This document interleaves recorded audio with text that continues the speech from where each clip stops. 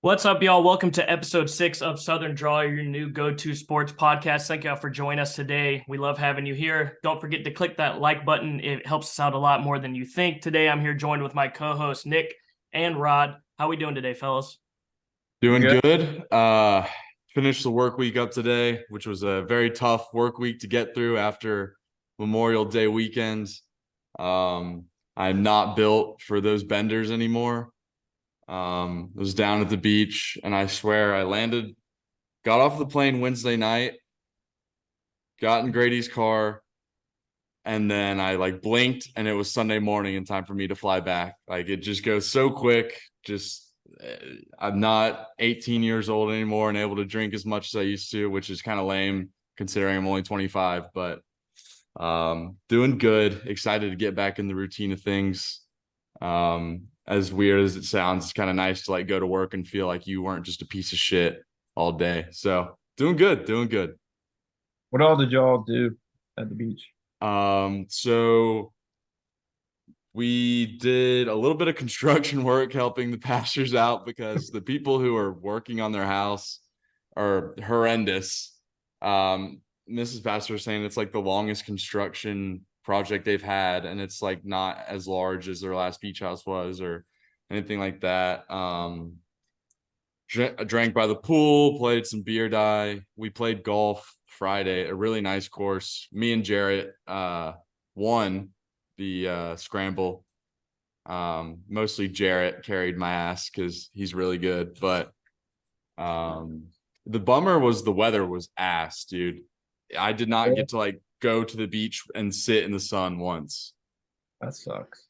Yeah, it was raining and cold and kind of a pain in the ass, but it was good to go back there. I love St. Simon's. It's such a nice, I don't want to say hidden thing, but when you think of that area, you think of Sea Island. Mm-hmm. But Yeah, no, it's good. nice. I used to go there when I was younger. I always like going there. Matt, you went to the beach too, right?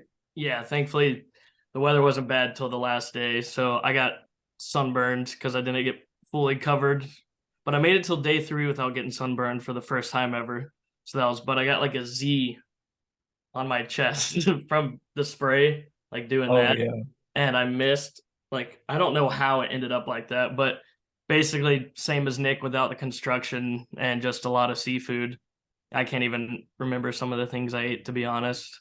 And a lot of drinks consumed on the beach, just chilling, resetting the mind. But it is nice, like you said, to be back in the groove of things and actually feel like you're doing something after that third day. It's almost like your body can't take it anymore of doing stuff. Did you stay away from the Mountain Dew bourbons or whatever the hell got us back in college? Yeah, no, this was just straight beer weekend. Good. Smart No, man. none of that. I wouldn't be able to function doing that anymore. Shit is so gross. Yeah, that's nasty. I was on the golf course a little bit, not playing, but I went to the Charles Schwab Challenge, which was one of the PGA events. It was at a course here in Fort Worth. Followed Scotty Scheffler around all day. It was beautiful, beautiful course, beautiful day. Cool to watch a guy who's performing at that high level. Really, really cool. I went Saturday and he hit a hole in one on Sunday, so I was kind of pissed I didn't get to see that. Oh, that sucks. Yeah, so that was cool. I watched it on TV, but not quite the same.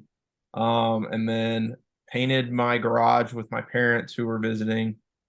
I texted and said it was probably the ugliest garage of all time before we painted it. It was horrendous. So we got that done, grilled a little bit, made some steak, made some barbecue chicken. So it was a good Memorial Day weekend.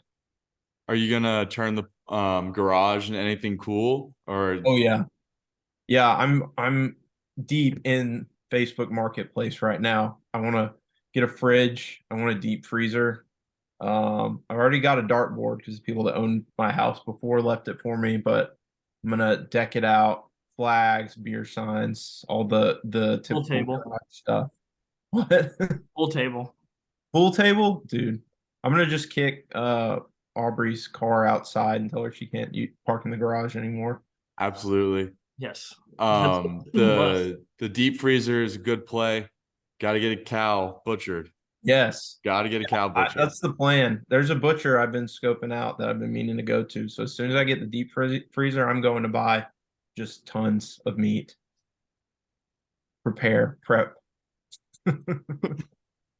But yeah, that was pretty much my Memorial Day weekend. You want to hop into all things sports? Oh, let's do it. Let's kick it off, boys. So we got the kickoff times, week 1 of college football, all in Eastern, but we got a little list here, probably six or seven teams. Obviously, the big name, Deion Sanders, Colorado at TCU at noon. This game is at noon. It's big. What is the big noon Saturday bullshit they do? Yeah, the Fox game. For one reason, that's Deion. TCU is going to dog walk Colorado. I don't think it's going to be close whatsoever. It's going to be hyped up like crazy. They're going to talk about it on game day, like, oh, this is Deion Sanders got a chance to show the country what he can do to a team who made the playoff last year. No chance in hell. It's going to be a game where I probably turn it off at half and go to the Virginia, Tennessee or something like that. Yeah, it's going to be. I think it would be a win for Colorado if they kept it within 40 points. Like, honestly, it's going to be that bad. I bet it's going to be like 24 to like 10 at half. And you're going to be like, it's an interesting game. And then the game's going to end like 55 to like 13. Yeah, 100%. They just don't. I mean, TCU lost a lot, obviously, but they've done really well in the transfer portal. And their quarterback, too, technically was supposed to be the starter last year. Yeah. Yeah, he was a great quarterback. He coming out of high school, Chandler Morris. He's a great quarterback. So they still have weapons. Colorado, they have the number 1 transfer class, but they have basically 50 incoming transfers. So I kind of majority 3 stars. Yeah, majority 3 stars. They're going to be awful. It's going to be a nasty game. Yeah, I'm going to continue to slander Colorado until I see them do something that is worth anything, which I don't anticipate will happen this year, and it might not even happen next year. So I will continue to be slandering Colorado. Yeah, I doubt I have not a single bone in my body thinks they win. But if they did somehow win, you couldn't watch TV for the next week or listen to anything. It'd be unbearable. Colorado all week long. Just like, they're back. They beat TCU week 1. They're back. And it's just going to be just a love fest forever. That's the thing is, like, imagine, how the NBA covers LeBron, but 1,000 times worse once Colorado gets good. It's going to be so bad. But we got our second game also at noon, Virginia at Tennessee. This is in Nashville at Nissan. Interesting game, maybe. I don't know. I think that's a blowout in Tennessee's favor. Yeah, I think it's a blowout as well. I know we talked about this when we did the season over-unders with Tennessee, Virginia. Like, this could be a sneaky one. It would be very concerning if it was close for Tennessee's outlook on the season, but Virginia doesn't move the meter for me. But it's cool that it's in Nissan. I think that's cool. I mean, it's kind of like lame that it's a neutral site, but still in Tennessee. Yeah, you'd think they would give them like Atlanta to have that be the Chick-fil-A game or something. I don't know. One of the 12 Chick-fil-A games in Atlanta they play every year. Remember when we played Virginia in the Chick-fil-A Bowl or Chick-fil-A? Yeah. Was it the bowl or the kickoff game? It was the Chick-fil-A Bowl. I went to that game. Those are so bad. That was the Trey Mason coming out party. That was his announcement to the world. Yeah, this game's going to – honestly, if Joe Milton does live up to the hype, he's going to throw for like 450 yards. Yeah, Virginia's awful. I think he could play bad and they could still win because their run game. But yeah, no shot for Virginia. Colorado probably has a better chance of beating TCU just based off the transfer class in Virginia that's beating Tennessee. You're probably right with that, Matt. Okay. Penn State will be playing West Virginia at home at 7:30. could be an interesting one. Although I think Penn State probably wins that one pretty handily. West Virginia's kind of been reeling the last couple of years. Their coach is very much on his seat is on fire. So I don't know. It could be one of those where they lose that and then kind of spirals to begin the year. Yeah, I remember the first time that West Virginia's head coach really came on my radar is when they were talking about him as one of the possible candidates. That's when Auburn was like super down bad when we hired Brian Harsin. They were talking about Neil Brown being one of the guys that we could hire. Dude he's such a fraud. Oh Yeah. my God. And he's an idiot too on the sideline. He has no idea what he's doing. He's Yeah. one of the more entertaining sideline coaches to watch because his facial expressions, you just tell that he's just has no idea what's going on at any given moment. Yeah, one of my granddads he's from West Virginia, and so he likes West Virginia and just can't stand him. I see him posting on Facebook under West Virginia pages. It's like, get rid of Neil Brown, he's got to go. Dude, he's just tanking that program. Everything that was built, was it Rich Rodriguez? Was he the coach? Yeah. Everything they built has just basically just been crumbled down to nothing with that joining the Big 12 and just falling and then throwing Neil Brown on top of it currently is just thank God for that Will Greer blip on the map. Yeah, honestly. And going into Happy Valley at night, they're fucked. Yeah, it's big time. So this will be the 60th meeting between Penn State and West Virginia. Penn State's won 48 times, and 2 of them are ties. West Virginia has 9. They haven't played since '92. Wow. Yeah, it won't be changing. They're gonna add. Penn State will be adding another one to that count. Yeah. Okay, first very exciting game. North Carolina at South Carolina, 7:30.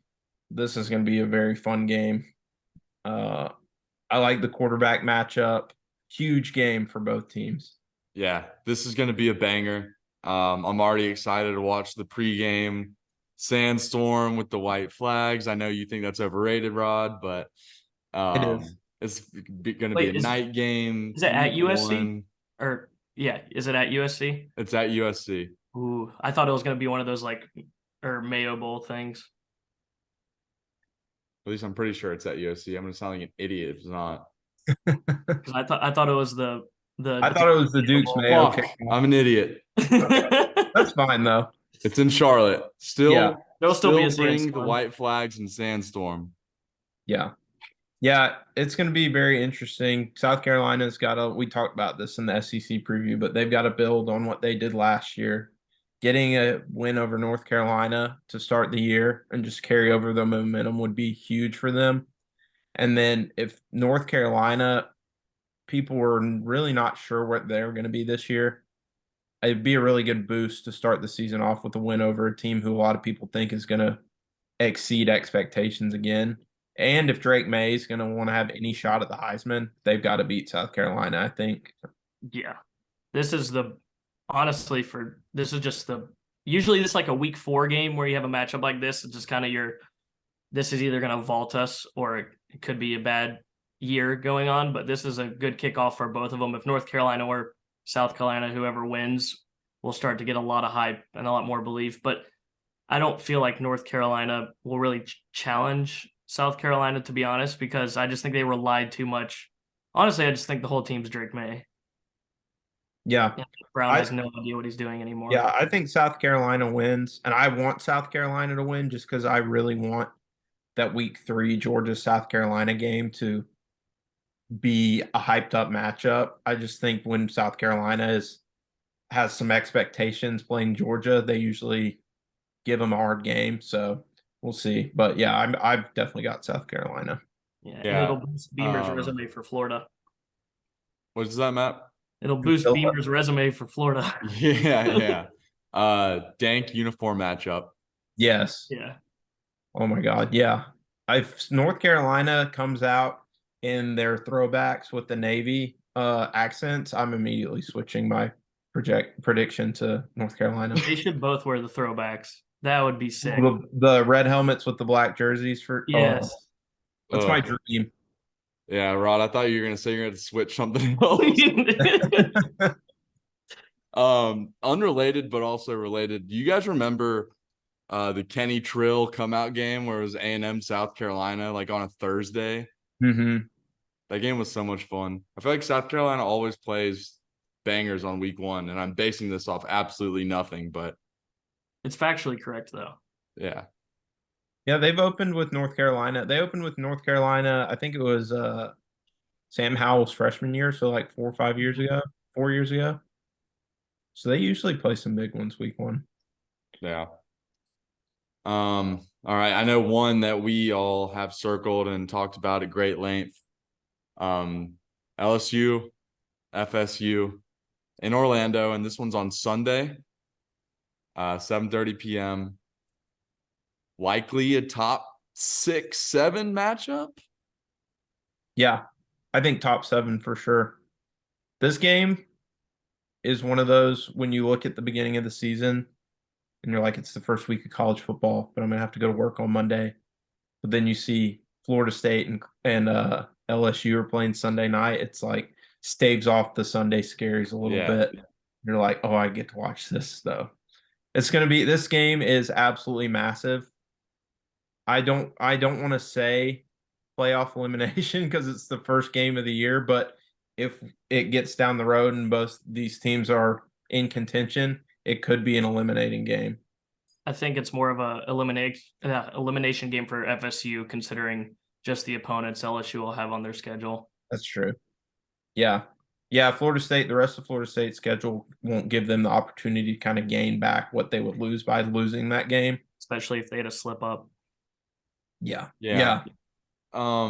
That's all true, but also you have to remember how much the committee has amnesia and just forgets everything that happened early on in the season. Yeah, that's true. And there's so much recency bias towards the end of the year. But regardless, still huge implications. To me, it's literally a straight up toss up.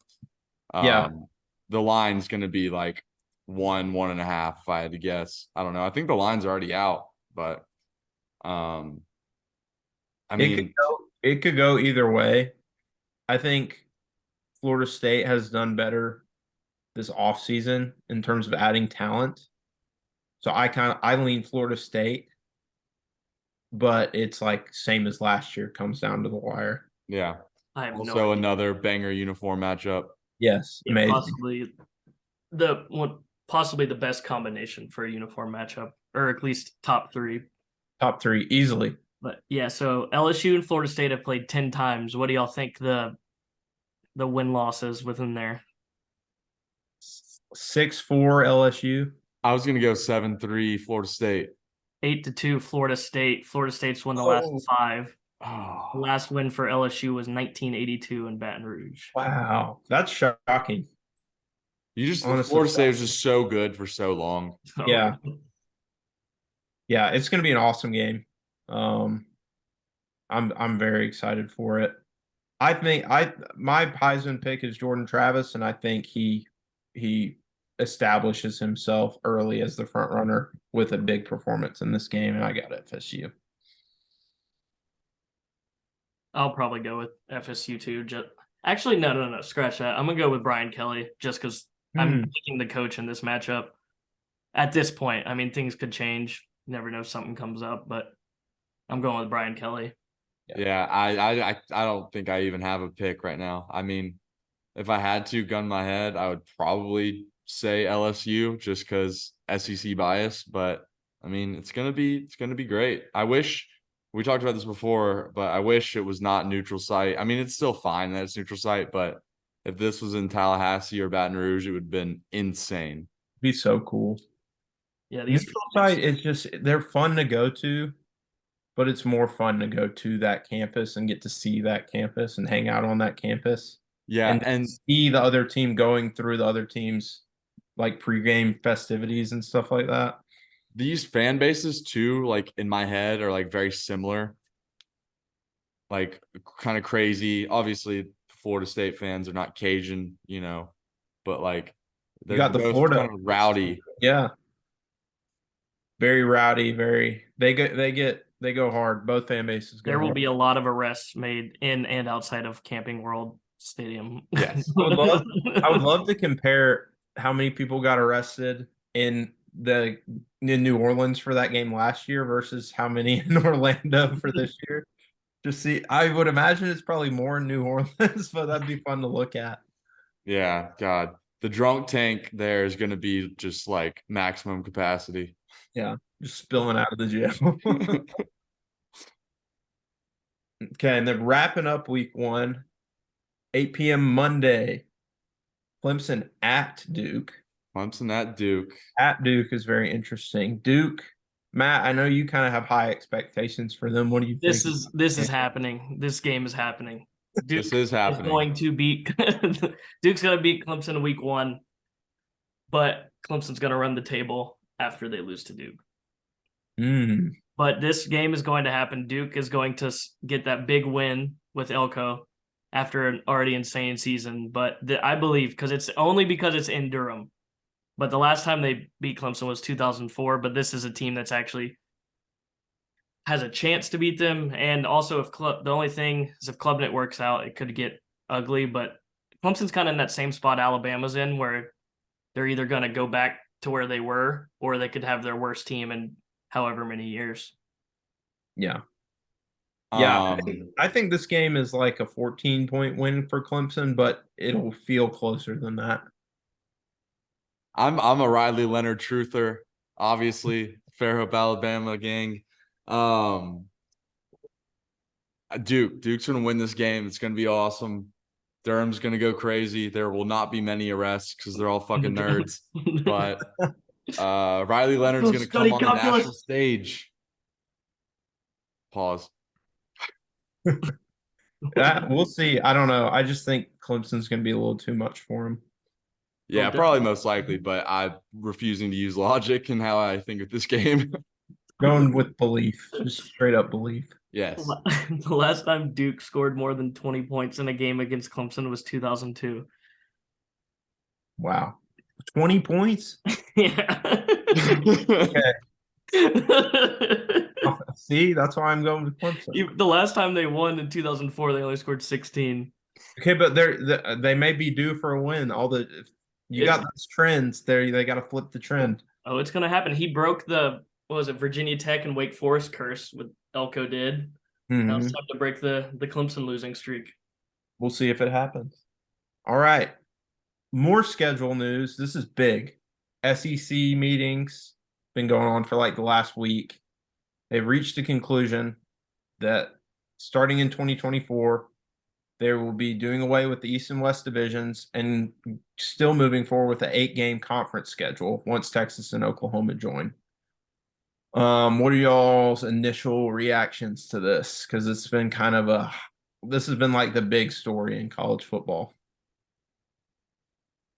I like how nationally, like a bunch of the sports writers are like, this is ridiculous. Like SEC should be doing this, playing this many games, playing 9 games conference. Like it's just weak. They need to buff up their schedules. Like half the teams in the conference don't already fill up like the top 12 schedules every single year. And it's only going to be it will change, in my opinion. I think it will change 2025. It's just this initial thing of convincing these teams, especially money will get involved, I think, next year. But they said you had to have 8 votes for the majority of the teams. And I think they said there was belief that there was only 5 votes. Because I'm thinking just all the schools that, especially with the playoff era happening in 2024 as well, you kind of get to see how they treat certain losses. So you don't know if you necessarily won an extra conference game when the playoff expands to 12, like how much it could hurt you. So I think that's also a thing that schools are taking precautions on. But I think it was Missouri, Florida, Georgia, and Texas A&M, or at least 4 of the 5 that I think were confirmed to have voted yes. Yes, for 9 games is what you're saying. Yeah. Yeah, I want 9 games just because I want more games, more good games.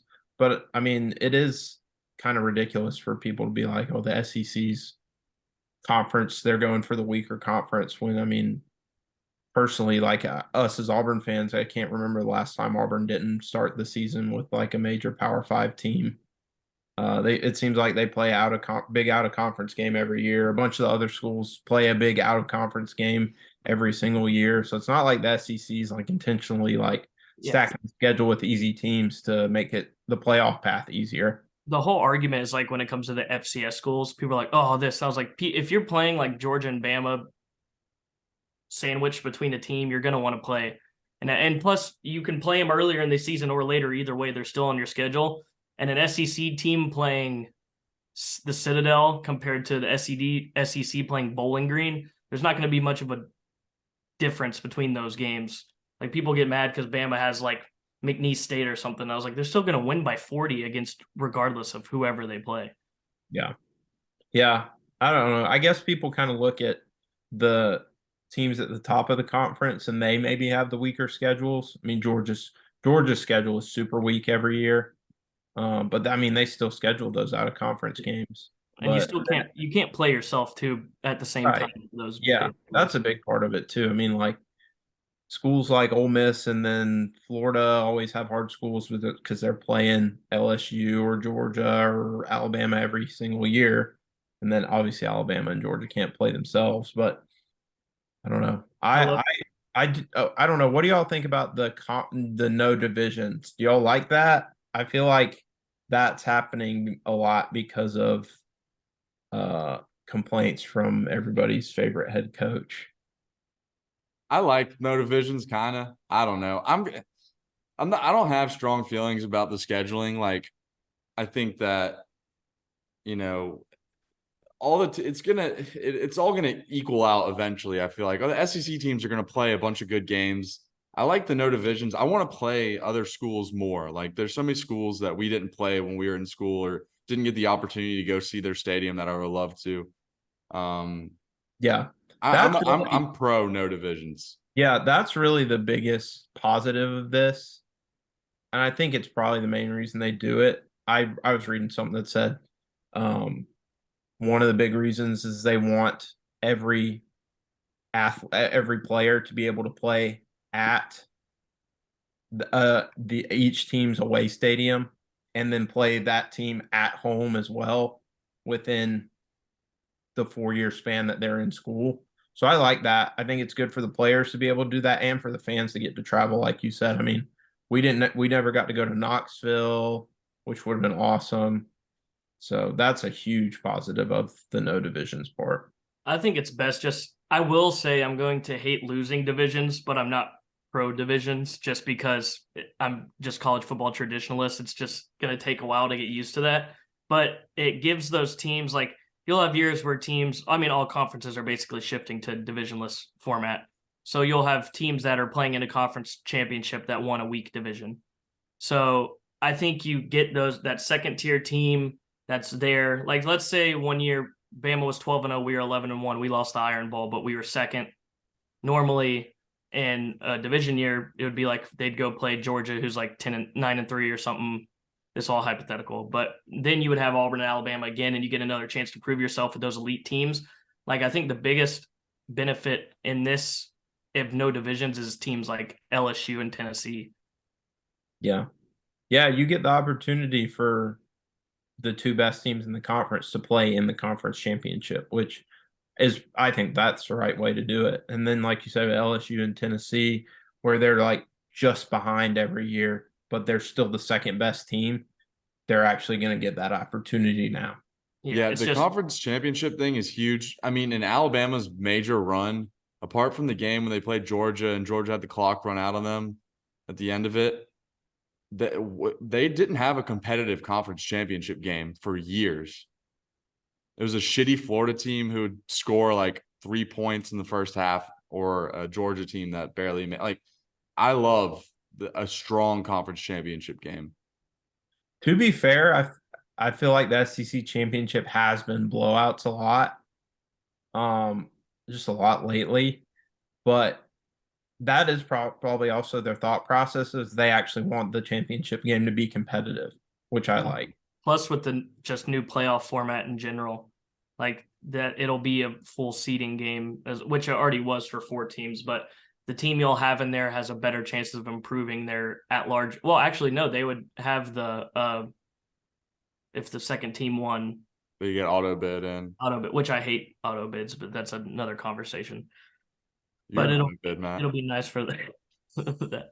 Yeah, like this past year, Clemson would have been like the 4 seed and it had a bye. That's crazy. What do y'all think? How many permanent rivalries do y'all think there are going to be? Because that's a big. I need 3, dude. It has to be. The one thing that I'm hating right now, like, I mean, Sankey even said he was in favor of the 9. Like, that's what he wants, is that with the 3-6-6 or whatever. But like, I've seen some Auburn fans say they're like, I'm fine with not playing Georgia every year. And I was like, I get, like, we've got our ass kicked basically our entire lifetime in the Georgia game. But that's something to me that makes college football special, is the rivalries. So there's these certain teams, like you can't have Alabama, Tennessee alternate every year. And if you do that, you only have you wouldn't play them. You play them one year, you don't, then you do. You'd have Tennessee coming to Bryant-Denny once every 4 years, or Auburn going to Athens once every 4 years. These are marquee matchups within the conference. Like, you got to keep the tradition of rivalries alive. Yeah, I agree. Like we're seeing with Oklahoma moving to the conference, they lose the matchup with Oklahoma State every single year, and we just can't have that happen in the SEC. The SEC, more than any other conference, I feel like has the storied traditional rivalries, and I can't imagine, like you said, Auburn not playing Georgia everywhere, Tennessee not playing Alabama, LSU not playing Florida. Yeah. You know?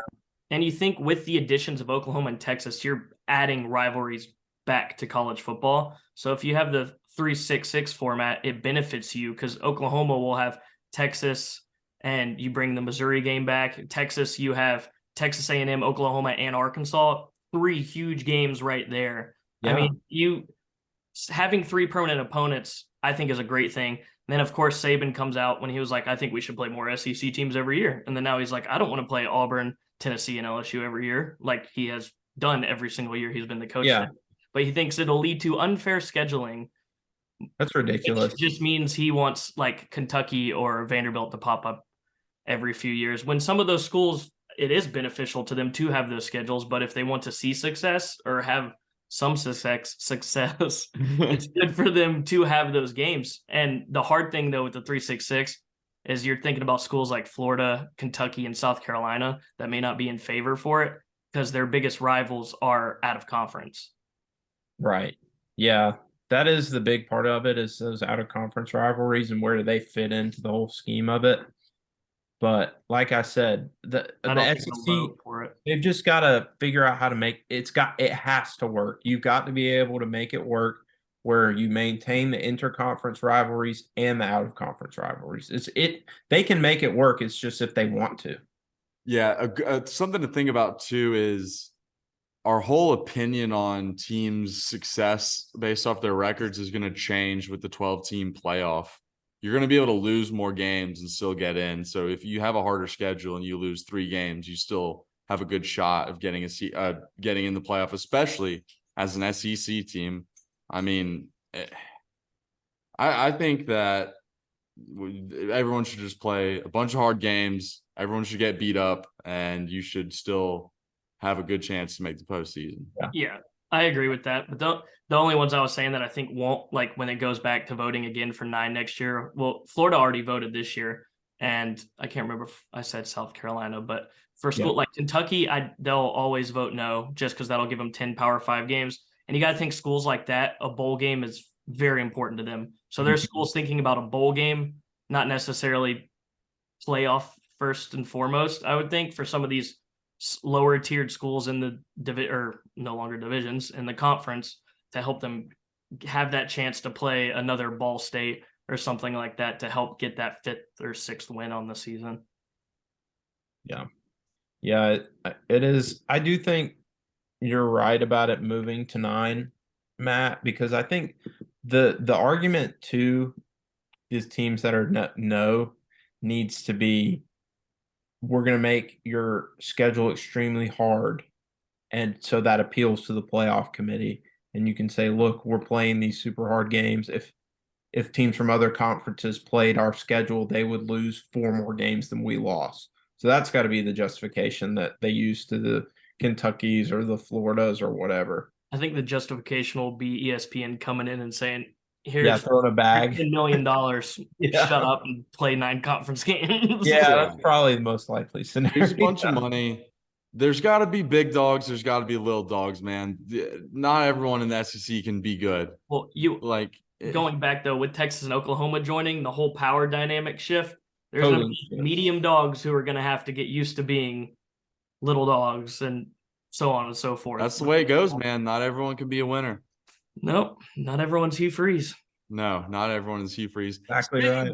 Speaking of Hugh Freeze, a question I had for y'all, thinking about SEC meetings, who do you think the most fun head coach at SEC meetings would be? Most fun? Besides Honestly, Hugh Freeze. Besides Hugh Freeze, I think Kirby Smart. That's what I was going to say. I can see him sitting in there just being like, I don't give a shit about any of this. Yeah. He's just like, y'all do whatever you want. I'm just going to beat the shit out of all of you. And then he'd be like, all right, we're done. Let's go drink. God. Or no, the one that would be the best to make fun of would be Drinkowitz. Drinkowitz? Walking in there with like Jordans on. Fuck Drinkowitz too. No. Polo. Try hard. Who would yours be, Nick? Lane Kiffin, dude. Lane, I don't know. Lane feels like he would get annoying. Like Lane wouldn't even be in the meeting. He poured on too hard. You know what I mean? Lane would be at the beach. They'd be like, "Where?" He wouldn't even show up for it. Yeah, exactly. With his college girlfriend. Hey, Sally is a nice woman. Okay. Oh, I had this random thought the other day. I don't know. This is more NFL related since we're fixing to shift, but Caleb Williams, like just think of next year, how weird is it going to be that he's probably going to end up going to the team who they just hired the head coach from that organization with the Cardinals. I know this is really random, but I just had this thought because he'll most likely be drafted by Arizona. I would think, even if I think they'll get rid of Kyler for him. I don't think they're going to have the first pick. I think Tampa's going to have the first pick, but that would be crazy that Cliff Kingsbury just was coaching him and then just got out, and then he'll end up going to the same team that fired him. Yeah, that would be wild. I don't know. We'll see. Okay. Before we move to NFL, the Cheez-It Bowl. Oh. No more. All right. It is now the Pop-Tart Bowl. Devastating. That's horrible. I love Pop-Tarts, but the Gatorade full of Cheez-Its was so cool. It was. And now what are you going to do with the Pop-Tarts? There's so many questions. If you're going to pour Pop-Tarts on someone, are you going to put them in the toaster first? Are you just going to just pull them out of the bag? You're going to put them in the freezer? Freezer Pop-Tarts are awesome. There's too many variables with the Pop-Tart. I hope the trophy's just a giant Pop-Tart, like a golden Pop-Tart. That'd be cool. You guys remember the one player from each team got to stay in like the Cheez-It room? It's like orange or whatever. So is it going to be a Pop-Tart room now? It does not hit the same. Okay, but what's y'all's favorite Pop-Tart? What's the best Pop-Tart? Oh, fuck. I haven't eaten a Pop-Tart in like 6 years. I was talking about this with my parents over the weekend. Mine's worse. The narc answer is brown sugar cinnamon. No, dude, that's like the narc answer. I like the blue one with like the purple stuff on. Oh, wild berry. Is that what it is? Like berry? I think so. Is there like Moore's is the best. Cookies and cream. Pop-Tarts Encyclopedia or Wikipedia. I'm looking up the frosted chocolate fudge, and you put them in the freezer are the best Pop-Tarts, in my opinion. Yeah, that's top tier as well. Do you remember the little Pop-Tart bites? Yes. 10. They still sell those. They'll make them. Yeah, dude, they're so good. Some demonic Pop-Tart flavors, bro. Like what? There's half of it is drizzled sugar cookie, and the other half is frosted brownie batter, all on like one top side. You're giving that to kids too? That's horrible. No wonder everyone's fat as fuck. Diabetes at 6 years old. That's horrible. That accompanied with like goldfish and a fruit roll up. like the Okay, so average, Matt, the average you were diet of like a toddler. Matt, you were thinking about the Wildlicious Wild Berry, What a name. the Yeah, purple one that has like the blue yeah, it looked like a frosting. Smurf or something. That was my favorite. How many food related bowls do we have now? We have the Tony the Tiger Sun Bowl, so that's Frosted Flakes. The It's mayo, so funny how these mayo. like mid-tier bowls, once like all the money got so big in college football, all these names that people knew just have shifted. There's like it's like a new bowl every year. Like they can't afford it, so they just go to the next person. The Do we still Tom have the Cruise bad? Scientology Bowl. Do we still remember? There's actually a Jimmy Kimmel Bowl now too, Yeah, Oh, fuck. in LA. and he'll like randomly cut in and talk during it. Like it's It's like the worst thing ever. it's the most Los Angeles thing ever.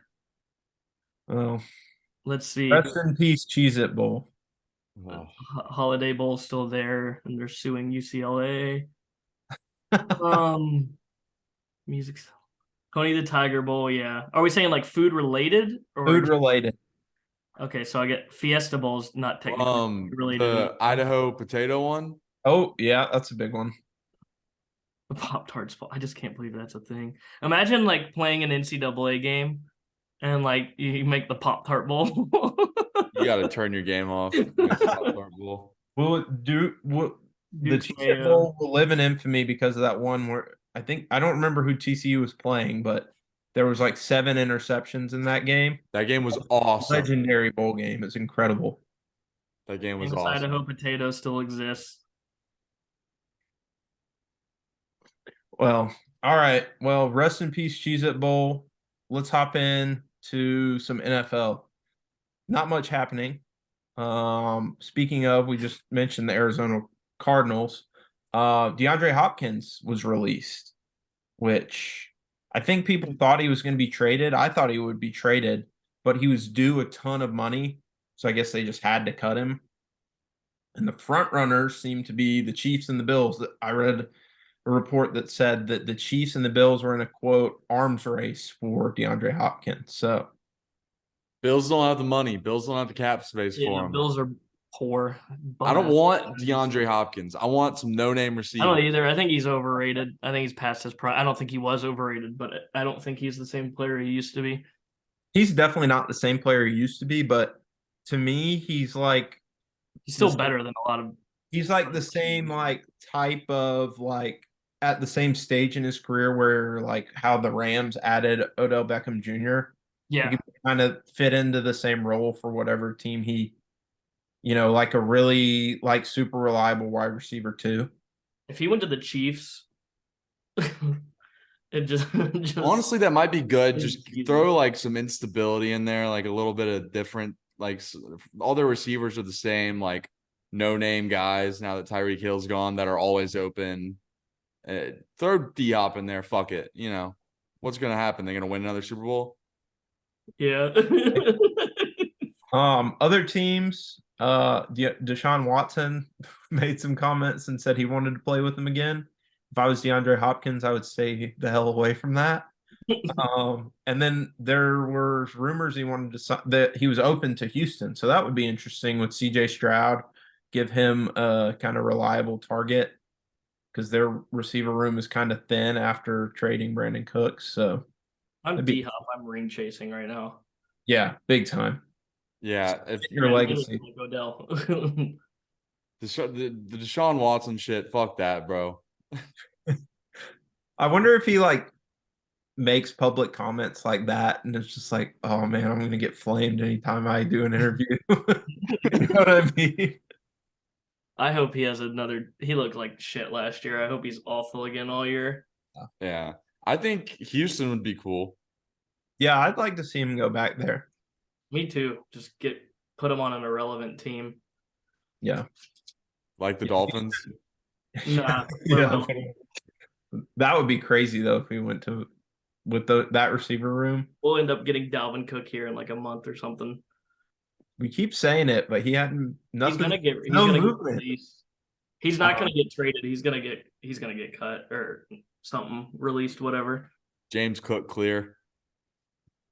Devon Yeah, so we'll Achane, see what clear. happens with him. I'm sure in the next couple weeks he'll be signed somewhere. And then our other notable news is Josh Allen is out and about back on the market. Nick, what's your thoughts on the recent So happening? the rundown says Josh Allen dating Haley Steinfeld. On my notes below it, I have who the fuck is Haley Steinfeld? I was gonna say the same thing. I've Please never explain. Okay, I hate that I know this, but she was in Hawkeye. She was Girl Hawkeye, that shitty Disney Plus TV show that no one watched. And then she voiced fucking Spider Woman from the Into the Spider Verse. Am I supposed to know I'm this? sure she was. Let's look up her IMDb. What else is she in? Let me pull up a picture of this lovely young lady. Haley Steinfeld. She was in something else. I don't know. Oh, I know who that is. She was in Dickinson. How could I forget? I've seen her before. Let's Transformers. No, it was that No, True Grit. That's what it is. True Grit. Yeah, Yeah. she's the girl in True Grit. She's That's what I know. the lead. She's kind of bad. You think so? Some pictures she looks bad, some she doesn't. Yeah, She's so got to be super like makeup and stuff to be like bad, but she's not like terrible. yeah. So I what mean, do he's definitely doing better than me, so I can't really. I will say Josh Allen is confirmed doing better than me as well. So what do you think, Nick? Do you think this is a distraction for Josh Allen? I think that Josh is moving too quickly. I think he needs to take some time and he needs to find out who he is as a person and maybe focus on just football for a season. Maybe until next February, he could get back on the market. I love it. I think that's a good idea. I think it's great. He needs to stop focusing on football so much. He needs to look into himself, maybe go on a darkness retreat with Aaron Rodgers and figure his life out. He needs to live life a little bit, you know? Yeah. De-stress. Stephon Diggs needs to give him a good talking to. We're gonna put let's lobby for Josh Allen to go on. Like, can Josh Allen be the Bachelor? Can we make him do that? Why? No. Yes. Absolutely not. I wonder. Josh is a one-woman kind of guy. He has had no track history of cheating that would lead to any sort of breakup at all. Definitely not recently. Now, is this a love square in the making with Josh's baby mama and his ex and Haley Steinfeld? Is this what's about to happen? My QB would never. It's a lot of drama. I would like to add Back to be myself dealing into with. that square and make it a pentagon. Rod's favorite shape, the Pentagon. Yeah, I love the Pentagon. Anyway, in Minecraft, but so moving on, NBA. The NBA finals are actually on as we're recording this, but we're so dedicated to our Southern Draw listeners that we are recording to make sure you get the high quality sports coverage that you deserve. What is this? Like a but infomercial? yeah. But so yeah, the NBA finals are on right now, but let's talk about the Eastern Conference finals because we didn't get to cover that. I think the last pod, the Heat were up 2-0, but a lot happened since. So they went up 3-0, and then Boston came back and forced game 7. Obviously, no team has ever come back from 3-0, and a lot of people were high on the Celtics going into that game, and they shit the bed. Yeah, they got rinsed big time. Game 6 was crazy. That was the one, obviously, with the Derek White tip in. Side note, Derek White's got to be the ugliest dude on the face of this planet, bro. Have you seen the one? It's like a headshot that the Celtics posted of him in black and white, like like Kim Possible, the naked mole rat. He looks like Rufus. That's Rufus. All things Aside though, game 6 was crazy. Jimmy Butler was ass until the fourth quarter. He scored like 10 points in the last 2 minutes. A lot of sus reffing. We were all watching at the beach together, and there were so many points in the game where like I would turn to Gavin, I'd be like, bro, this is why I don't watch this shit. And just phantom calls. Jimmy obviously hit the 3 cut free throws to go up, and then Derek White comes out of nowhere with a tip in with 0.1 seconds left. It's a shame they lost because that play, had they won and then made whatever, if they had made the finals and won it, would have gone down as like one of the most important plays in NBA history. And now it's just a big nothing. Dude, plays like that would something that makes me think about it was in the Sweet 16, Alabama hit a half court shot to send it to OT. Do you even remember that? Was that the Gonzaga or UCLA game? That was UCLA, I believe. UCLA. Yeah. Yeah, I don't even remember that. Exactly. Like if so many there's so many sick plays to like force overtime or force game 7 I just forgotten because you Trey Burke against Kansas, I think, at Michigan. What's that? Oh, yeah. Was it against Louisville or was it against Kansas? Trey Burke had that wild 3 to send them to the championship, or either. Yeah. Ended up. Yeah, I know what you're talking about. But yeah, it's just gone into the ether. Yeah. But I love to see the Celtics sell hard as fuck. I mean, I was definitely rooting for the Heat that series. I think all of us were. Yeah. I mostly just because I love making Allen mad about the Boston Celtics. So yeah, this is one of my favorite pastimes. But yeah, the Celtics fans are making a bunch of excuses with Jason Tatum's ankle that he hurt on basically the first possession of the game. Bad excuse. If Jaylen Brown wasn't the biggest bag fumbler of all time, they would have been fine. And the Heat don't even have Hero anyways. Right. So throughout the entire playoffs, pretty much. Yeah, that's what Mark Jackson said on the broadcast. He was like, don't make the excuses. They don't have a 20-point a game player. Like, yeah, if you're getting back cut by Duncan Robinson, letting him get to the rim, and he is cooking you in the lane, he had so many layups this series. And I think like if you looked at his entire season, his layups were probably like 14 or 15 on the year because he's just a pure catch and shoot guy. Like he does not go in the lane. You're getting back cut by Duncan Robinson. He's celebrating down the court, silencing Boston Garden, bro. Like you deserve it. Like, yeah, very embarrassing. I guess you got to look at it as like, well, if they had gotten swept and then blown everything up, would that have been better than just continue? I don't know, because I think they're going to end up paying Jaylen Brown, and they shouldn't, but I think they will.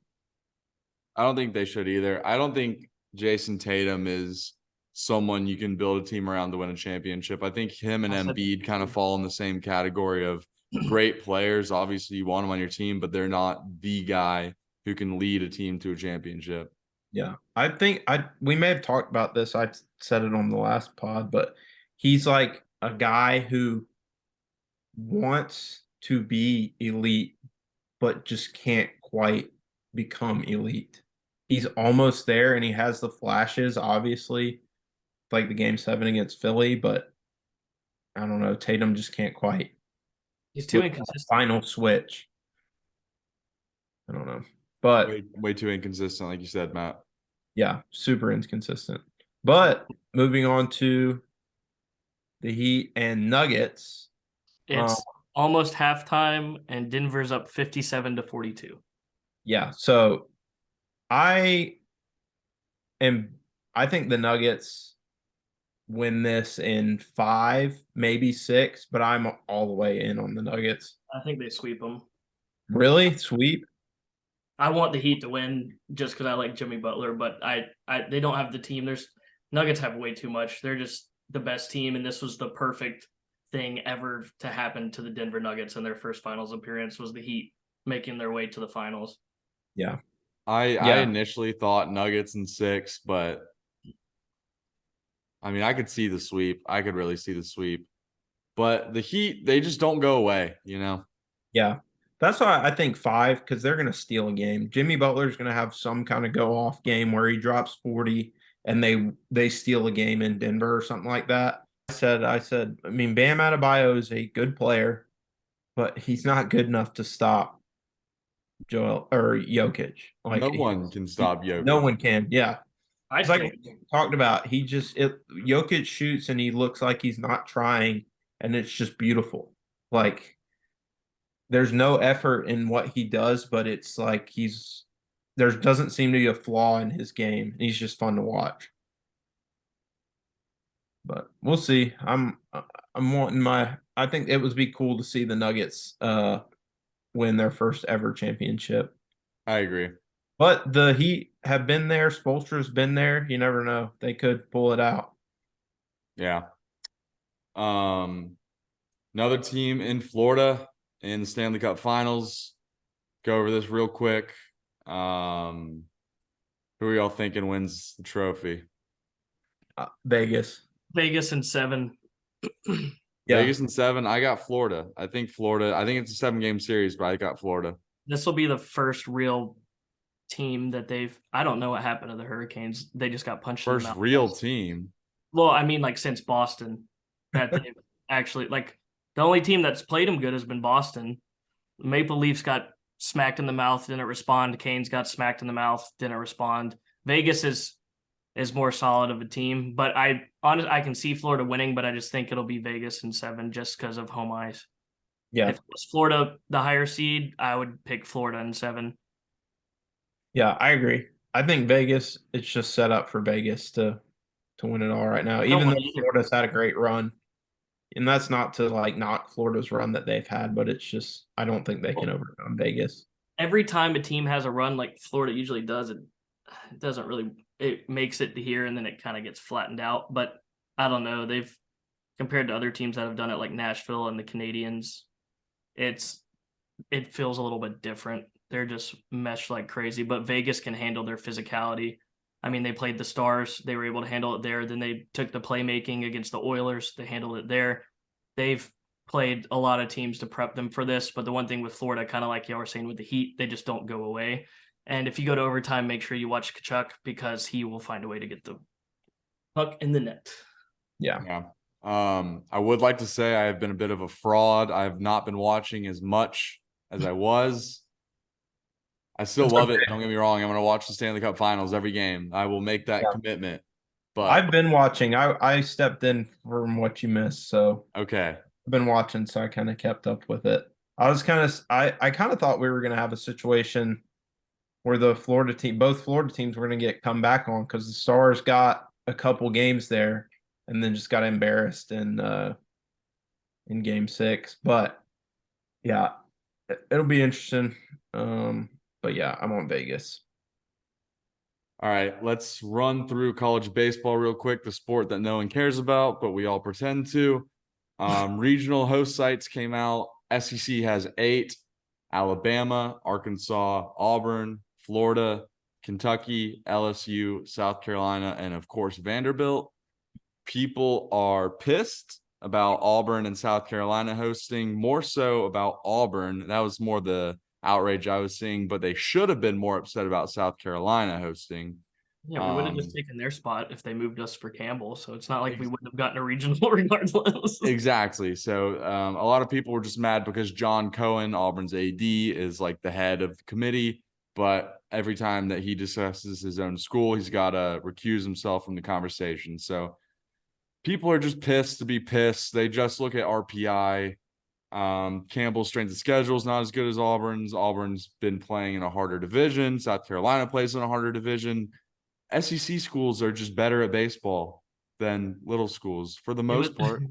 It was funny. There was a D1 baseball put out a thing like a few days before the selection Sunday and had Auburn as a host and not Campbell or whatever. And then the same guy who wrote that thing came out on selection Sunday and was like, this is ridiculous that Auburn's hosting over Campbell when he literally put that same thing like 2 days ago. And I was like, bro, you are such a fraud. Like jumping on play the both outrage. sides. So you always come out on fake top. outrage. It's fake outrage for clicks. But honestly, I would rather kind of switch the regionals because Southern Miss scares me. Southern Miss is good, and the winner of our regional has to play the winner of the Clemson regional. So we could be seeing a short exit, but hey, anything can happen. Get taken out by Clemson in both ball sports. Yeah. It would be fun to be back in Auburn though this weekend, go on the parking deck and watch the regional, drink a That would be sweet. pop ton. Eat some Pop-Tarts, drink a beer. Pop-Tarts, Cheez-Its, and cervezas. Be a perfect weekend. All right. So that's all we got for College baseball. all the sports happenings, college baseball. Matt, you have our trivia for the week, right? I do have trivia. I have 2 questions for you I guys. can't wait to not contribute once again. So, who are the 5 quarterbacks who have won 3? Fuck you. All right. Question number 1. When was the last season that a team different from Alabama, Auburn, or LSU won the SEC West? I'm thinking it had to have been Arkansas. It's correct, but what year was it? 2006. Yes, that is correct. I had 06. I had 06 or 08, and I just wasn't sure if it was Arkansas or someone else. No, I knew it wasn't 08 because I knew that was 08 was one of the Florida and Bama Tebow games. Oh, Yeah. you're right. Yeah. That was the first shindig between them two. Yeah, I looked at that and I was like, wow, that's actually crazy. That is crazy. But it's almost been 20 years and it's only been 3 teams of now 7. But half the time Mo is 7. But it just, like we were talking about divisions earlier, that's a problem for other teams. Now, question number 2. Who is the only college football team that has never lost 8 games in a season? Never lost 8 games in a season. Ohio State? Yeah. What the fuck, Look man? at me, man. Look at me. Tennessee used to be on that list with them until like 2017. I think it was 2017 or 2016 when they went 4-8. I just am thinking over here, just thinking about some teams, thinking Ohio State, maybe Michigan. I know it's not Florida State because they were sucking ass recently. And then Rod just comes in and steals the thunder. I was like, I feel like they do one more. Yeah, do one more. Give Nick a chance. Yeah. We need like a buzzer system that you can't use and only I can use. All right. Let me get one that'll. All right. How many different SEC schools won a national championship during the BCS era? 4. No. All right, Nick. Rod Hold on, can't I'm thinking. I'm using my fingers to count. Give me a second.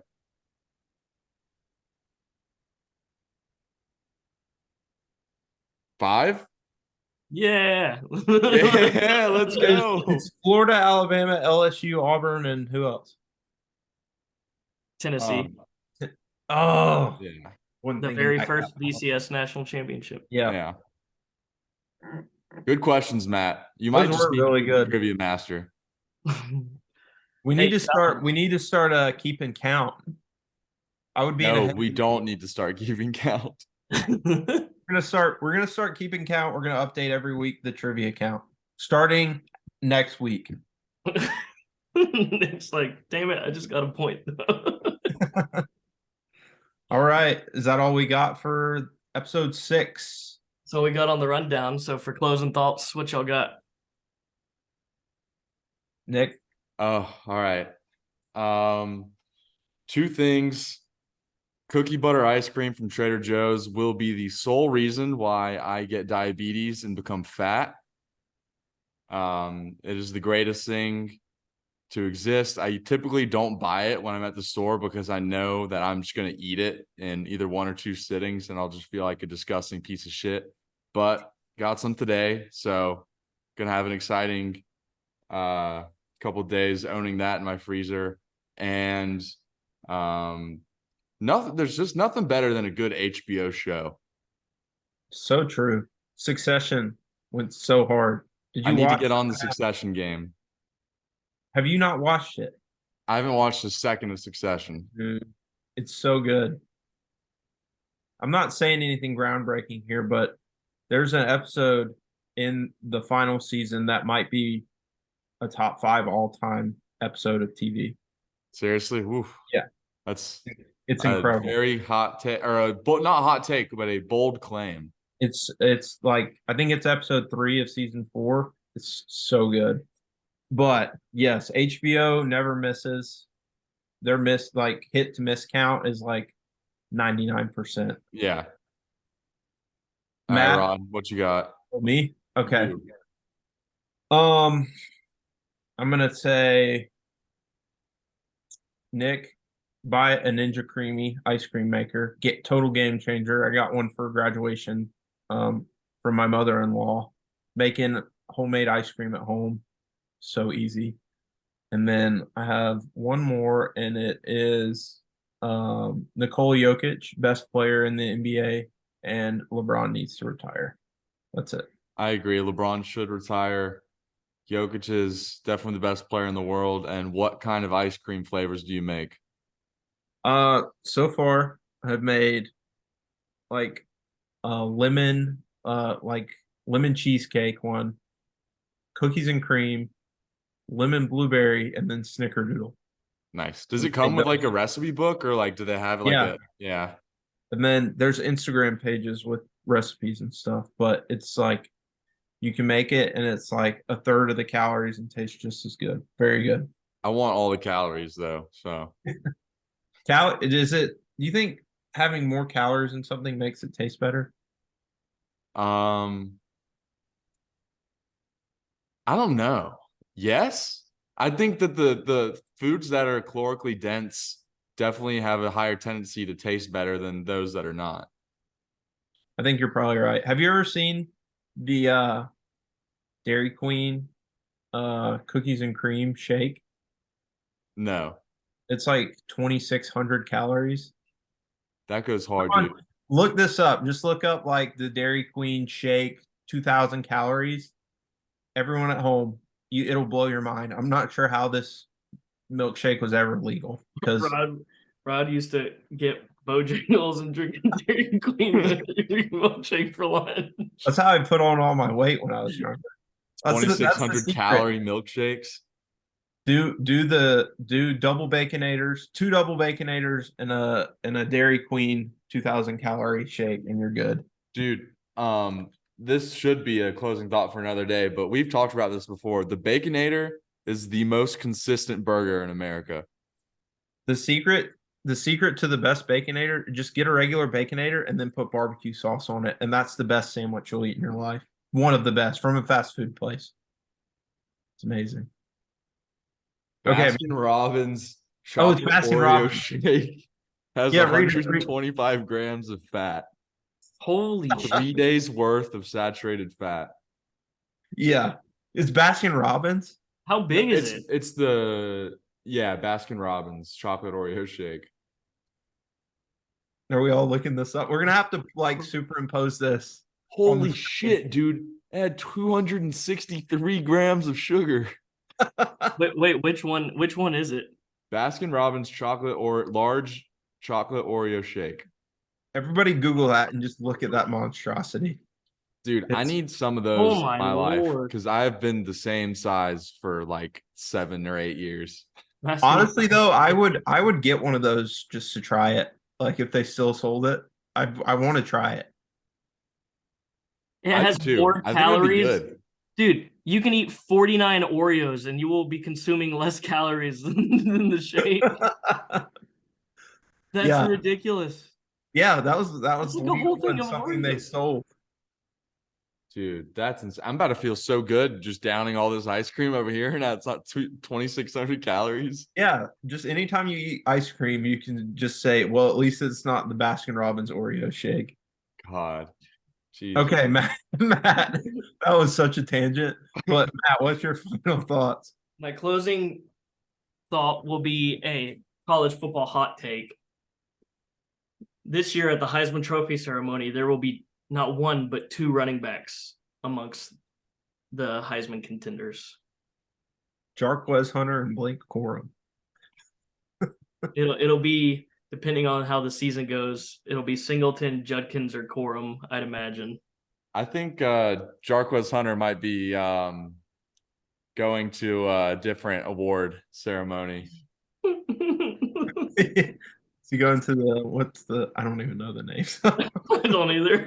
Which one? I don't know. I didn't want to say Oscar or Emmy, whatever the one for movies. Those kind of movies. The A24 festival or Sundance. I don't know. All right, Matt, take us out. This is going off the rails. Thank you guys for listening. Don't forget to hit that subscribe button if you're watching our YouTube, or give us a 5-star rating on Spotify. It helps a lot more than you think. And share us with your friends. It's free, it costs nothing. Don't be afraid to hit those buttons. We got free content as well across all of our social medias on TikTok, Twitter, Instagram at Southern Draw Pod, and our written content on Substack as well, southerndraw.substack.com. Give it a click, read some stuff, know that we're the best. Thank you for listening. Have a good week.